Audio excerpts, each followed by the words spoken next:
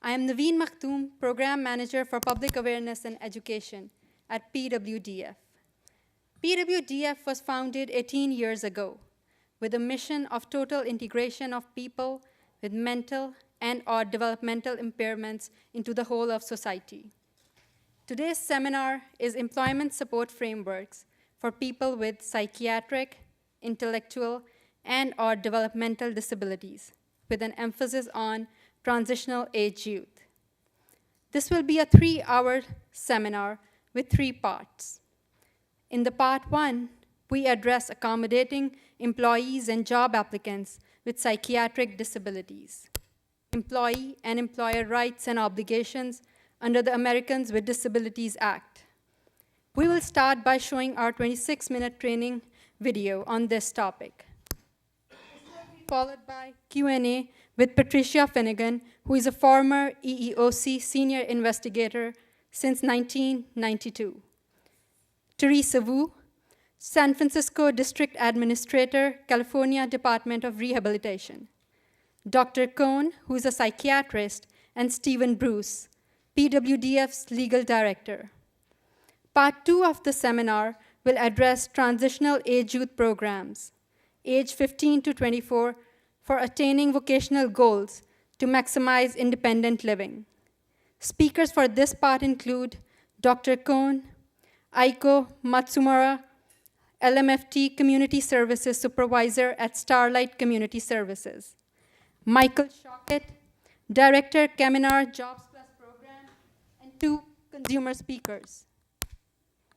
In part 3, Stephen Bruce will address Social Security Disability Work Incentive Rules for SSI. We have more complete bios of speakers as handouts on the tables. We encourage audience participation throughout the seminar, but please wait for the microphone. If you are watching via live stream, please feel free to submit questions through the comments function in YouTube. When you touch it, it goes up. If you are watching via live stream, please feel free to submit questions through the comment function in YouTube. If you are attending for continuing education credits, please sign in at the registration desk and turn in your evaluations before you leave. Please also take a moment to sign up to receive our e-newsletter. For those online, or if we run out of handouts, the handouts from this seminar will be available on our website at www.pwdf.org. Our moderator today is Stephen Bruce, founder and legal director of People with Disabilities Foundation. A few last reminders. Food and beverages are not allowed in the auditorium. Emergency exits are clearly marked, and please make sure that your cell phone ringers are off. Thank you. For informational purposes and should not be relied on as being applicable to you. People with Disabilities Foundation, PWDF, does not intend to replace consultation with qualified professionals. Accordingly, the information in this video is provided with the understanding that PWDF and/or the medical and legal professionals are not engaged in rendering legal, medical, or other professional advice. As we make our way through our busy workdays, we may not realize how many of the people we encounter have psychiatric disabilities. According to a Cornell University study published in 2007, 28.8% of working-age individuals have a mental impairment. Many people who struggle with psychiatric disorders significantly contribute to the workforce, with coworkers and employers never knowing about their situation. Conditions such as schizophrenia, post-traumatic stress disorder, and bipolar disorder can often be controlled with appropriate medication and/or the support of therapists. These can be described as invisible disabilities. But many people with mental impairments are unemployed, despite a high percentage of this population wanting to work and being able to work with vocational or mental health support. The loss of productivity and human potential is costly for all of us. Under the Americans with Disabilities Act, people with disabilities are not required to disclose their condition except when requesting an accommodation, and employers may not ask an applicant or employee if they have a disability. However, the ADA also requires that employers be ready to respond to a request for a reasonable accommodation. In this complex environment, many human resources managers worry about how to abide by the letter and spirit of the law while best meeting the needs of their organization. In this video, experts in medical and regulatory issues will guide us through 4 scenarios that profile people with different diagnoses. We'll see people with different skill levels functioning effectively in their workplaces. We'll learn some strategies that can increase productivity, and we'll gain a better understanding of the rights and obligations of employees, job applicants, and employers.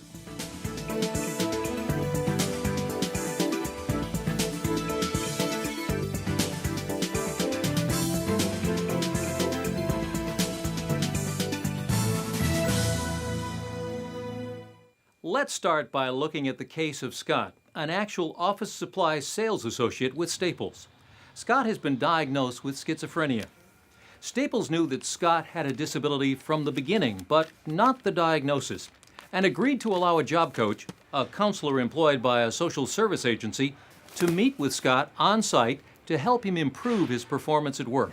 Scott's job is number 1 priority is customer service. That's what the Staples is all about, is customer service. So his job is to make sure that every single customer that walks in a store is being helped. I'm looking for a pen like this. Yes, those are on aisle 1. Let me show you. Okay, thanks. I've been diagnosed with paranoid schizophrenia. Here you go. Okay, thanks. I see a therapist once a week, and I see a psychiatrist maybe once every month or 2. It doesn't stop me from being able to work here. As a matter of fact, I enjoy working here. Schizophrenia is one of the psychotic disorders, and the prominent features in schizophrenia, especially paranoid schizophrenia, is the presence of hallucinations. So, for example, a person may perceive auditory hallucinations. They may hear voices or other sounds. They're often voices, but not always. Another prominent symptom of schizophrenia are delusions, which are false beliefs, and these can be either persecutory, meaning that I believe that my boss is out to get me or my coworkers are out to get me, even though that is clearly not the case, or what they call referential, which means that I can believe that the television's talking specifically to me. It's sending me a signal. Excuse me. Yes. I have a question about a computer. Yes, that's not really my department, but I can take you to someone who can answer any of your questions. Okay, thanks. One of the things employers really need to understand is that psychological disabilities, psychiatric disabilities are considered the non-visible, non-apparent disabilities. You can be in a workplace, and unless someone identifies their symptoms to you or is actively having significant symptoms, you wouldn't know that they have paranoid schizophrenia or depression or OCD. Oh, hey. Hey, Charlotte, how are you? Sarkis. Scott's job coach, Charlotte, meets with his supervisor. So how's Scott doing? Actually, things are going very, very well. He just last month got our Associate of the Month. Great, that's so good to hear. Any problems? Anything to work on? Yeah. One thing I really like to have him work on, if it's possible, I really like to have him open up a little bit and communicate with others. And since we are a team here, it will help him a great deal, of course. Okay. She coaches me. She encourages me and motivates me to do better on the job. And if there's some kind of problem I have at work, she'll let me know and tells me what I can work on to make things better at work. Hi, Scott. Hi, Charlotte. How's it going? Not too good. Oh, really? I'm a little nervous. I think I might get fired. Just anxiety? Yeah. Okay, all right. Well, actually, I just talked to your supervisor, and he reported that you're doing a stellar job. Customer service has been great. All right. So there's Nothing to worry about? No. Okay. He said you've just been super. Oh, well, thank you. So the one thing that Sarkis did mention that he thought could use improvement was maybe in terms of getting along with your coworkers or a sense of teamwork and rapport. Okay. Is that something you feel? Yeah, I'm a little shy with the other workers, I think. Oh, okay. So one strategy that's pretty simple would be to use your coworkers' names when you come to work in the morning.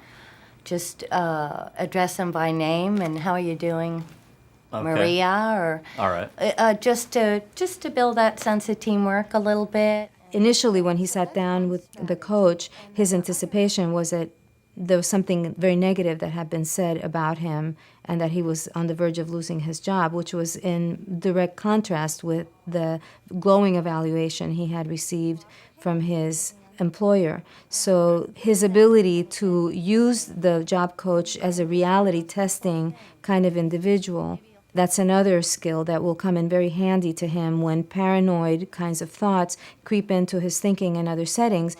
I think that Scott is a great example of when there is a really strong base of support, how wonderful that can be to have a job coach, a therapist, and a psychiatrist. So someone who's managing your medication, someone who's talking to you about your interactions, and doing some therapeutic work, and then someone on the job site who can really help coach you along through some of the difficult times.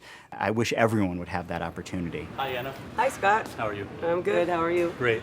If the person is a qualified individual with a disability who can do the essential functions of the job and they need a job coach to help them, I would say yes, an employer is obligated to make that accommodation unless they can come up with something else that would be just as good. Maybe they're willing to assign, maybe they don't want somebody else coming in from the outside. If they're willing to assign a colleague to work with that person to help them get up to speed, I think that would be acceptable. It doesn't have to be the identical request of the disabled party, but it does have to be something that will help them get on equal footing. In our first scenario, we saw how the simple accommodation of allowing a job coach to meet with an employee at work facilitated communication and helped the employee improve his performance. In addition to the counseling of a job coach, therapist, or psychiatrist, medications can play an important role in helping a person with a psychiatric disability function well in the workplace. But medications can also have side effects that may impair an employee's ability to do a particular job. In our next scenario, we'll meet a registered nurse with a master's degree in hospital administration who's been diagnosed with post-traumatic stress disorder. We won't use his real name because his situation is not completely resolved. In this scenario, we'll call him Douglas. Her injuries are healing quite well. Yes, doctor, but she still seems to be in a lot of pain. As a registered nurse, Douglas worked for years in the ward of a large medical center. Okay, I will write an order for a morphine drip. I'm diagnosed with PTSD, which is post-traumatic stress disorder. Some of the underlying diagnoses include depression, anxiety, panic attack, hyper-startle response, nightmares. Post-traumatic stress disorder is a disorder that would be under the category of an anxiety disorder. And typically, the person who has post-traumatic stress disorder has had an experience that is severely shocking, where they felt their life was threatened, or the life of somebody that they care about was threatened, or they witnessed somebody else's life be threatened.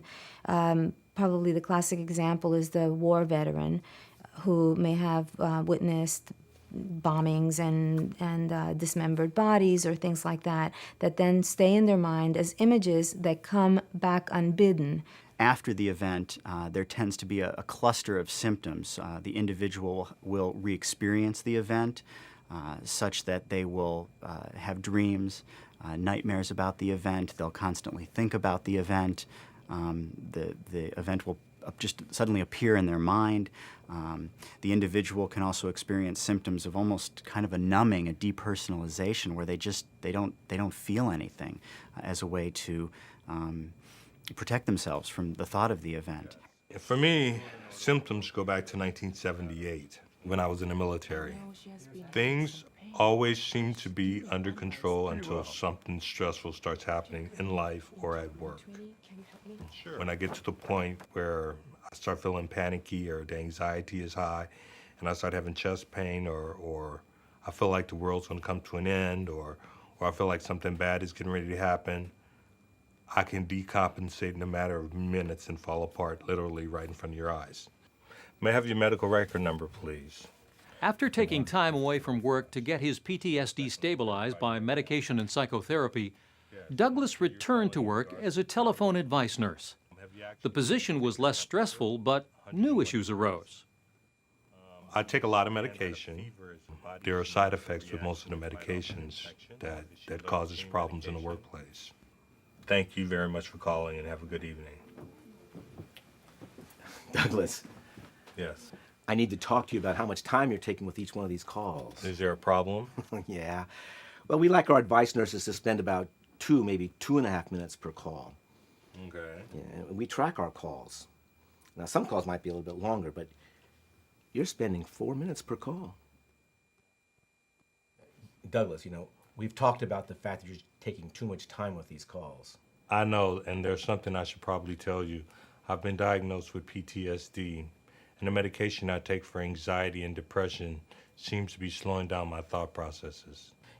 Thank you for telling me that. I don't know what our legal obligation is or how we can accommodate you, but I think I better talk to our HR people about this. Thank you. I like to stay in a call center, and I'm flexible. What we really need to do is find out what the medical condition is. Would you mind talking to one of our staff psychologists? No problem. Once somebody discloses a disability and requests an accommodation, then the employer has a commitment to engage in an interactive process and figure out what accommodation is appropriate.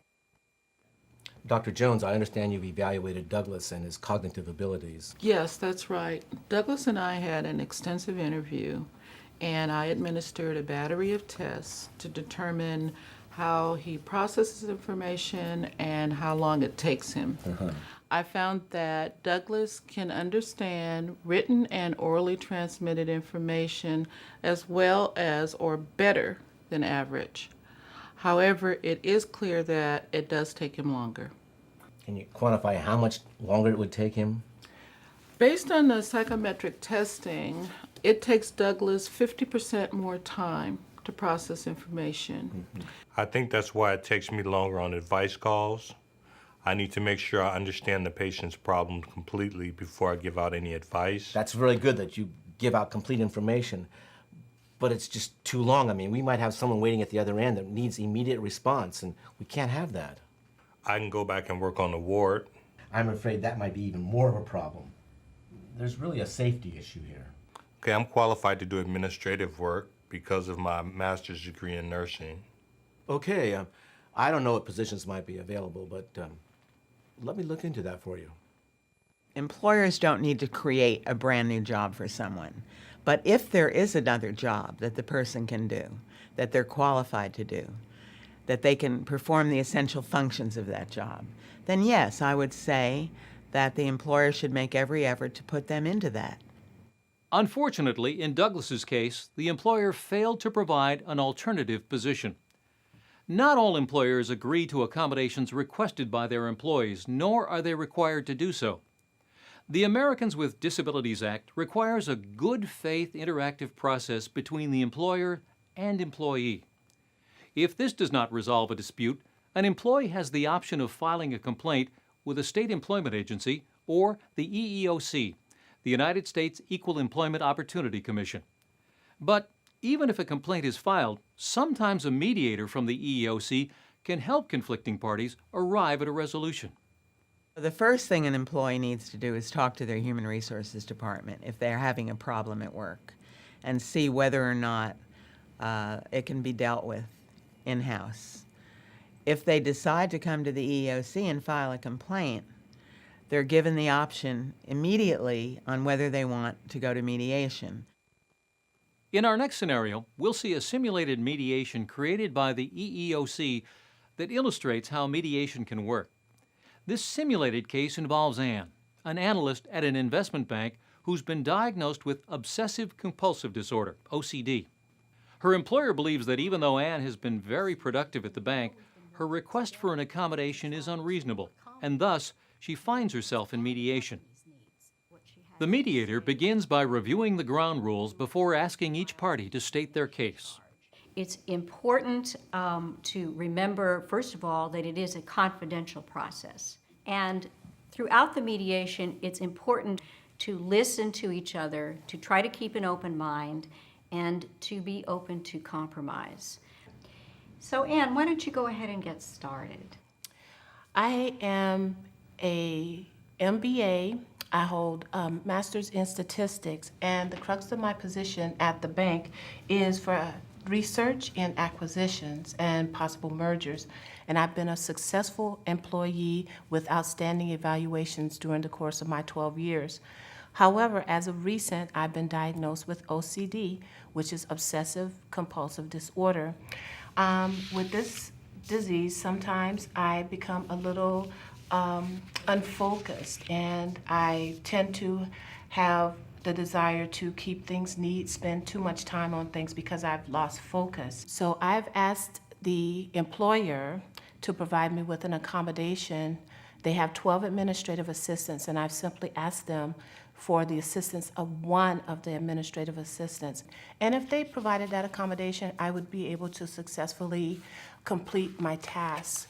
And they just won't do it. So that is why we're here today. Obsessive-compulsive disorder has two components. It has the obsessions, which are repetitive, unbidden thoughts about different things. So it kind of depends what the thoughts are about. Often they're about neatness and symmetry and things like that. And the compulsion to do certain things. This can manifest itself by a person having a lot of difficulty sorting out what's essential versus what's non-essential in a particular task. We've all had the experience of leaving our house, walking half a block, and wondering whether we locked our door. You know, that thought comes into our mind. So we go back and we check our door and we move on. For someone with an obsessive-compulsive disorder, these obsessions are so persistent, usually taking over an hour a day, that they become paralyzing at some level. In this case, the employer is willing to make an accommodation, but has not agreed to the specific accommodation that Anne has requested. I am aware of the Americans with Disabilities Act and the employer's obligation to accommodate an employee. The request that you've made for the admin assistant to help you all day is really something that's not going to work. We have 12 administrative assistants, but they are all busy. So we've come up with an accommodation we feel would be effective, and that is the timer. And we know that under the ADA, we don't have to give the employee an accommodation that she requested, just an accommodation that would help her to effectively perform the essential functions of her job. We feel the timer is appropriate and effective. The mediation process includes private discussions between the mediator and each of the disputing parties. Here, the mediator talks with Anne to clarify what she will be willing to accept as an accommodation. During the opening, I asked for 8 hours, but really, I could use the assistance of the administrative assistant for 4 hours, and that would be an effective accommodation for me. After caucusing with the employee, the mediator meets individually with the employer and brokers an agreement that she can accept. If you're willing to entertain the notion of having some of an administrative assistant's time for her, then what can you live with? Well, I possibly can afford to have someone help her for 2 hours. So, but I'm willing to give it a try on perhaps a trial basis. You take all these thousands of cases, you put them before a mediator, and if you've got a good mediator, they work them out and they settle. It's just a wonderful new opportunity. Mediation can be a real help to employees and employers who find themselves in a dispute. But employers accommodate the needs of most employees with mental disabilities in much the same way they respond to the needs of any other employee, just by being flexible. Let's look at the case of Ellen, who works in the library of the California Institute of Integral Studies. Ellen is an actual employee of CIIS who's been diagnosed with bipolar disorder. Hi. Hi, my name's Ellen. I'm the librarian here. Hi, I'm Lisa. I'm a reference librarian. I have a master's in library science. There's certain hours out of each day where I sit at the reference desk. Well, I just started school here last semester, and I'm going to be writing a paper, doing research for a paper. Students will come up either for a general intro to the library or for a specific question, in which case I'll guide them through certain software and to get articles on their specific questions. And basically we're going to start under the word research, and we're going to go to the library catalog first. The library catalog. I also maintain the website here at the library. And I also am general support for people working on computers in the library. What do you think? Where should we put it? I have bipolar 2 disorder. This has only been in the last 6 or 7 years, and that's why I stopped being a computer programmer and found this job instead. Bipolar disorder is a mood disorder that's characterized by alternation between depression and mania. Mania is most often kind of an excitability or agitation. Oftentimes patients feel very irritable. Things just annoy them and they might act in a kind of explosive way with their families or with their loved ones or in the workplace. There are two types of bipolar disorder in general, bipolar 1 disorder and bipolar 2 disorder. Bipolar 1 disorder, the symptoms last at least 1 week or any time if there's hospitalization, and there usually are more symptoms involved than in bipolar 2 disorder, which usually lasts less than 4 days, up to 4 days, and the number of symptoms associated are less. I was on disability for several years before I ended up getting my meds adjusted enough to look for work. I did have this degree, this master's in library science, so I looked for a position that combined both computers and library science. I knew I couldn't go on and be a computer programmer in the biotech industry. I thought her approach was quite brilliant. She assessed what her skill sets were, which was computers and her degree that she had in library science. She also had the insight to know that the work environment that she was in, with all the deadlines in the biotech industry and all the pressure, was something that she really didn't find helpful. We got Ellen in actually a rather unusual way. She approached us saying, I'd like to do an internship with you. It's been a while since I've worked in a library. I have a library degree, but I went right off to work in the .com industry during that boom. And now I'm thinking I might want to get back into libraries. I'd like to see what it's like. Because she developed a good relationship with her supervisor while working as an intern, Ellen felt comfortable enough to voluntarily disclose her disability when she was offered full-time employment. It's important to remember that the only time individuals with disabilities are required to disclose their condition is when requesting an accommodation. So Ellen, we're delighted that you'll be able to be with us full-time. We're really glad that we can move you over from being an intern to actually a full-time real employee. Thank you. So we're glad to have you. You may have noticed that I tend to work later in the day than early. Kind of got that sense, yeah. But we could probably work it out so that you had an 8-hour day, but that started later, like a 10 to 6 or 11 to 7. Would those work for you? 11 to 7 would be great. I mean, I'd really appreciate it. There's something else I'd like to talk to you about as long as I'm talking, and that's that I have bipolar disorder. And right now my meds are really well adjusted, so I don't see an issue with that. But I thought I should tell you, to be completely honest. Thank you. I appreciate your daring to tell me. I know it's not easy to say. And Yeah. I really appreciate the confidence. Yeah, it feels good to be open about it, so thank you for that. Great. Okay. Good. Thanks. I think it's a good thing in society if we can all learn to be as inclusive as we possibly can be. The kinds of accommodations that an individual with a psychological psychiatric disability will need are not all that complex. And they're things that, if there's a good relationship between employer and employee, can be created with minimal complications. People need to talk to each other and let each other know what their needs are and whether they can be met, and if not, why they can't be met. And I think people can come to some agreement if they're really entering into those discussions with good faith and they really want to resolve it in a positive way. Our clients tend to take work very seriously, stay on the job sometimes longer than your average turnover rate, because they just really value that consistent showing up and being of service. I think absenteeism and psychiatric disabilities is a complex issue. It's complex for the individual who wants to get to work and be a participant in their job. It's complex for the employer who has basic job requirements that they need. And I think that's where it goes down to, is that there are basic job requirements. But there are ways to kind of think outside the box, so to speak. It may be that one way to reduce absenteeism is with flexible scheduling. I just wish people would focus on the abilities that people have rather than on the disabilities that people have, because there's so many people who would fit under the Americans with Disability Act that have fantastic abilities. And I'd also like to remind people that any one of us can become disabled at any time.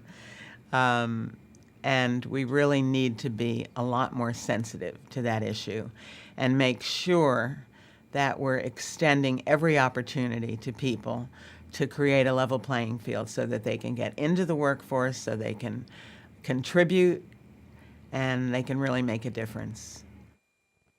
When both employers and employees are flexible, ready to communicate clearly, and willing to work together, most problems can be resolved. By being reasonable and open, employers can help make their workplace more inclusive and compliant with the ADA. Thank you for joining us.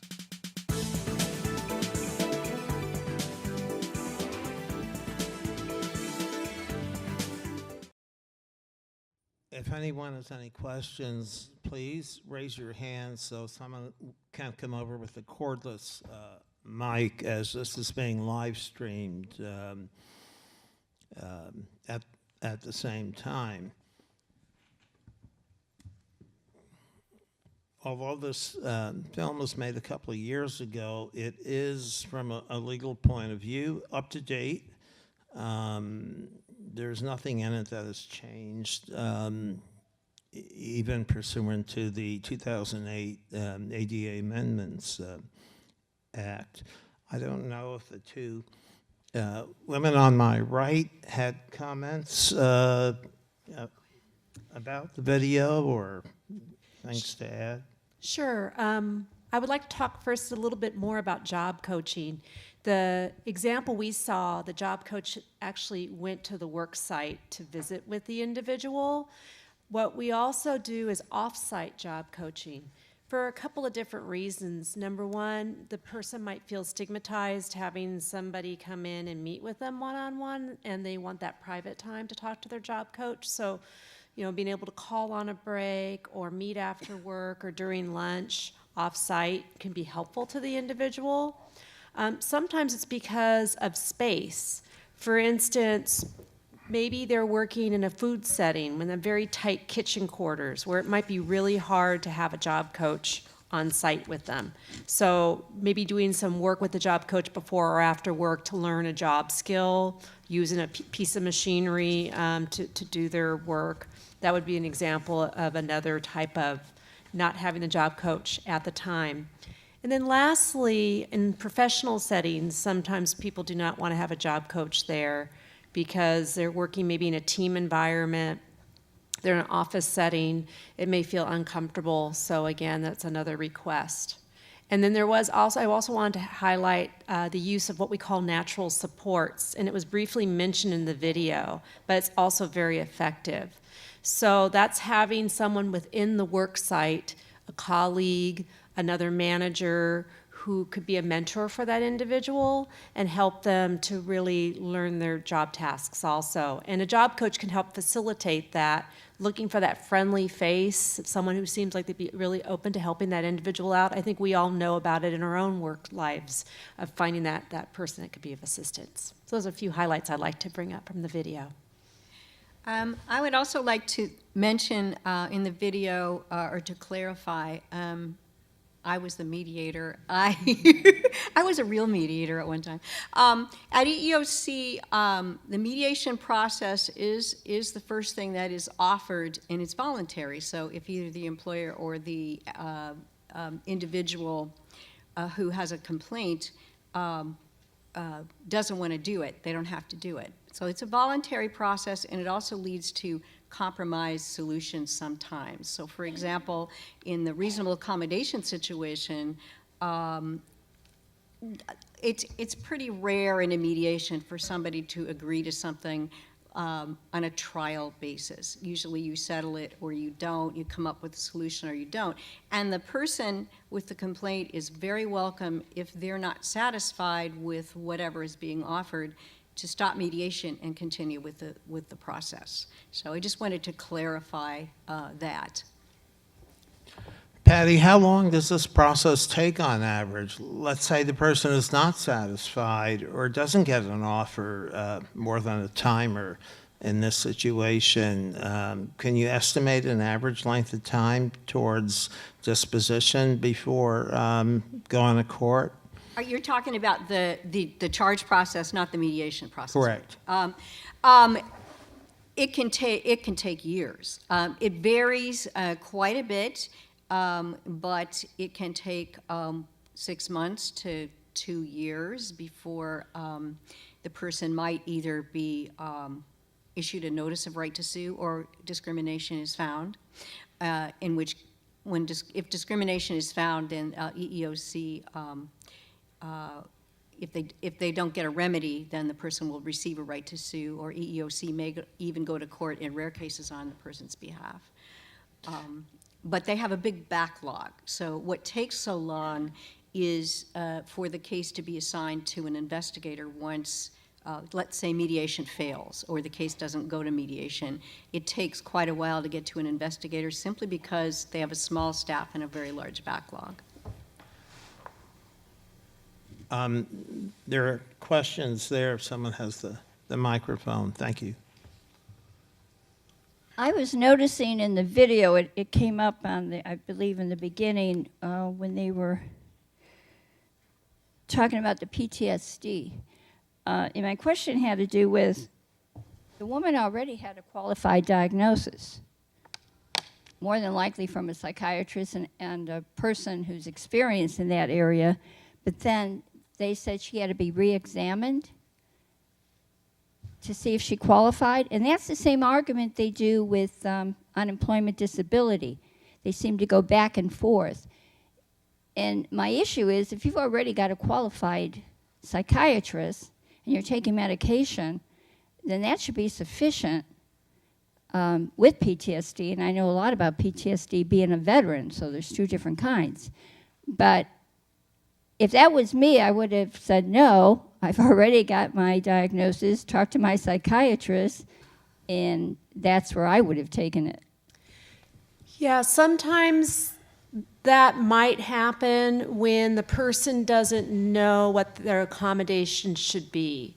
So, and it was the gentleman, and in his example, he had been doing a job for a long time, and this call center job was new to him, and he just knew it was taking him longer, and his employer knew it was taking him longer, but he wasn't sure how to accommodate it. So a way to get around that would be, let me talk to my mental health professionals and get back to you, so he wouldn't have had to go through that evaluation, and then brainstorm it with his psychiatrist or his therapist of how it could be accommodated. If they really felt still they needed some sort of evaluation, they could go ahead and do that. But yeah, I thought that was rather a unique situation. I don't usually see it done by the employer. So it was based more on the function, to get to the executive functioning skill to see if he qualified for the reasonable accommodation. I think they were trying to see how he should be accommodated. Okay. Thank you for clarifying that. They were actually trying to evaluate the essential functions of the job and see if they could accommodate him because they had a particular speed and productivity requirement. So I don't know if his Teresa's right. He could have gone to the individual therapist, his own therapist, who may or may not have had ideas about how that would work, because that person wouldn't necessarily be familiar with his job.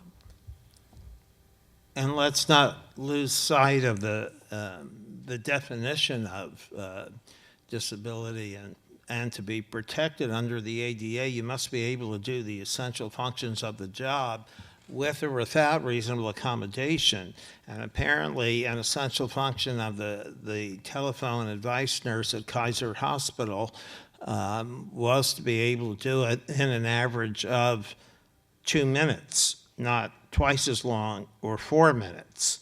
So if he was not able to do it in 2 minutes, then they, instead of terminating him, had to consider a reasonable accommodation, which in this case involved finding him another position within the system, not create a new one. And in this situation, they said it was unresolved. He was actually my client who concurrently had a Social Security and ADA case, and they refused to give him a position in Southern California where his family was, his ex-wife and kids, and only in Northern California. And so there were some other issues that went a little beyond the scope of this video. As there are in most cases, it's hard in under 30 minutes to go over all the ins and outs of the ADA and the accommodation process. In the end, at least for the time being, he did qualify for Social Security disability because he met the minimum 12-month duration requirement, and did not get offered and decided not to push getting another job in the region that he wanted to. And that's another issue. Do they have to offer you an existing job, like an administrative job, in the geographical area? And the case law is no, they don't. So that was a big issue in this case. He wanted to be placed in San Diego as opposed to Oakland or San Francisco. So when you get deeper and deeper into who wants what and their functional limitations and their ability to do the essential job functions, in real life, it's often a little more complicated than on first sight. There's a question from the young lady in front. Hi, I have two questions. The first question is regarding the job coaching. I'm just wondering how people get connected to job coaching. My second question is with regard to how we should determine what complaints should go to California Department of Fair Employment and Housing versus what complaints to file with EEOC. So I'll take the first question.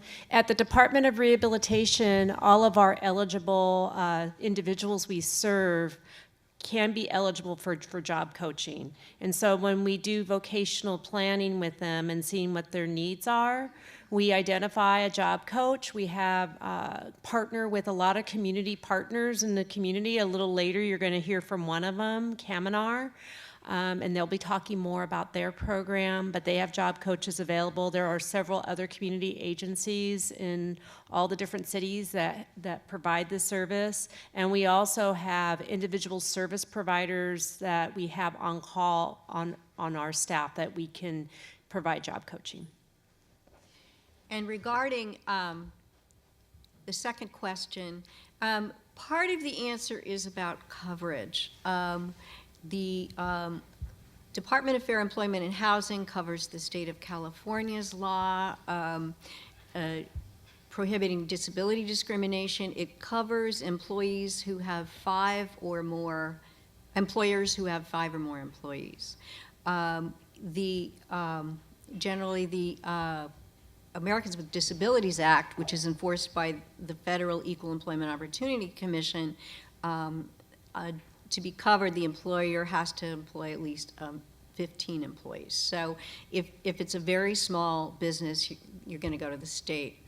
In a lot of cases, the employee simply has a choice. They can go to whichever one they want. In fact, EEOC and DFEH have a partnership so that if somebody goes to EEOC and files a charge, they ask the employee if they want it to be dual filed with the Department of Fair Employment and Housing. If they do, in most cases they do, then it is dual filed and is covered at the point where a lawsuit may come up. It could be covered at both the state and the federal levels.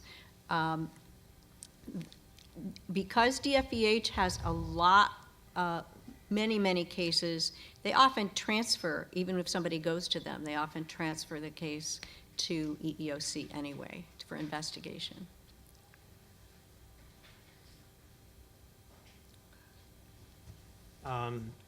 Please wait for the mic. There's a question.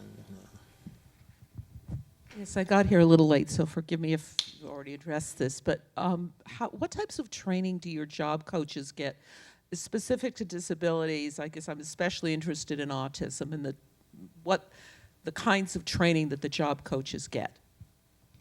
So we look, first of all, on what the disability is. Certain community agencies, some specialize in certain disabilities. So you were mentioning autism. There are agencies that's their focus, and they will provide job coaching in that area. There are other agencies that specialize in mental health, so they will have a job coach that focuses on that. And then we have some agencies that work with a variety of disabilities. Most of the people, it's not required to have a bachelor's degree, but a lot of folks do have bachelor's degrees. A lot of them have degrees in psychology, social services, community services. We also, in the mental health arena, have what we call consumer providers, so people with lived experience in mental health who have themselves received job coaching or different services and have now gone back to school, and now they're working in the field. So it's really a variety of backgrounds. And are there any agencies that address dual diagnosis like autism and OCD or whatever, dual diagnosis? They pretty much either specialize in mental health, and in a lot of the agencies that work with individuals with intellectual disabilities also is a dual diagnosis a lot with mental health. So we do, in that arena, you definitely see dual diagnosis. All right, there was an online question for Patty Finnegan, it looks like. It says, please go into more detail about how to go about asking the employer for a job coach. Well, a job coach is a reasonable accommodation, and if the job coach is going to be on the premises, of course you would need to request an accommodation, and in doing so you would need to disclose why you need a job coach. If it's off-site, I don't see any reason, except if you need to take work time to do it, that you would even have to discuss it with the employer. So it's like with any other accommodation that's reasonable. They don't have to give you the exact accommodation you've requested, but if it's some kind of job coach, those are the primary factors. Disclosing, remember, as it said in the video, you don't ever have to disclose your disability unless you're asking for an accommodation.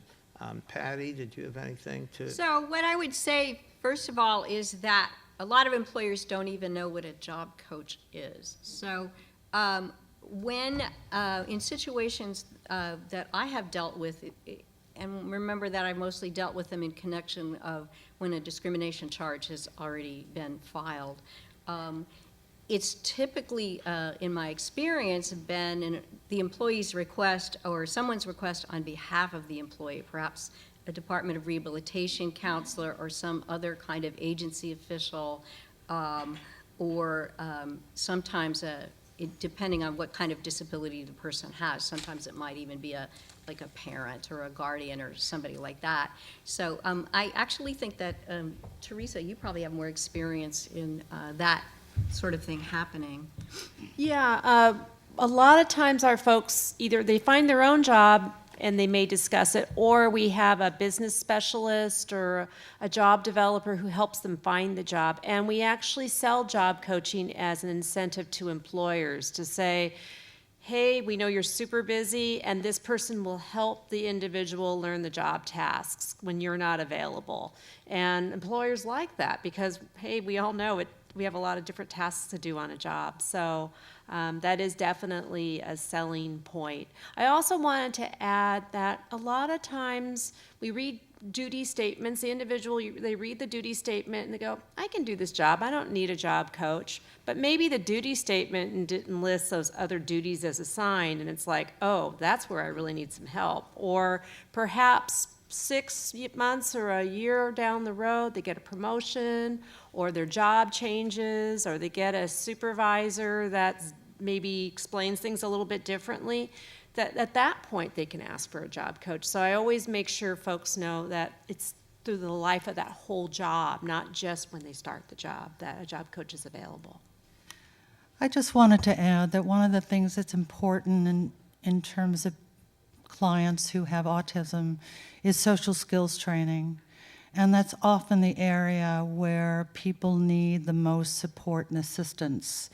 And there are many different approaches to doing social skills training, but that's one of the services that's not a formal mental health service per se, but is something that should be integrated into those kinds of programs for people who are seeking employment.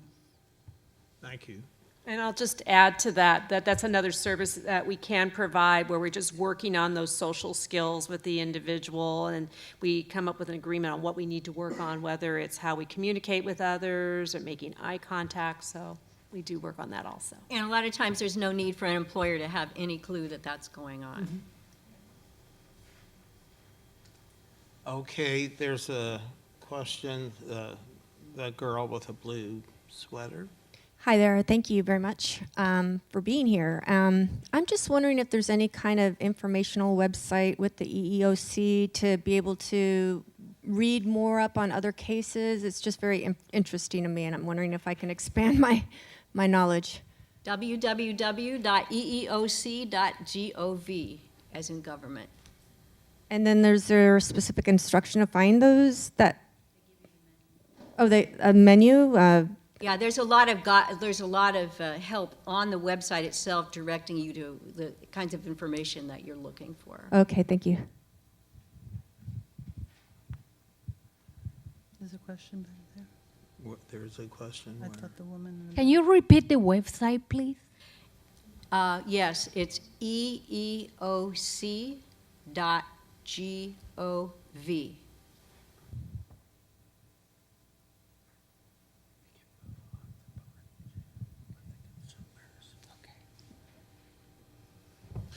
Okay, at this point, we're going to move on to part 2 and start off with our 2 consumers, Alex and Edward. If they would please come up here.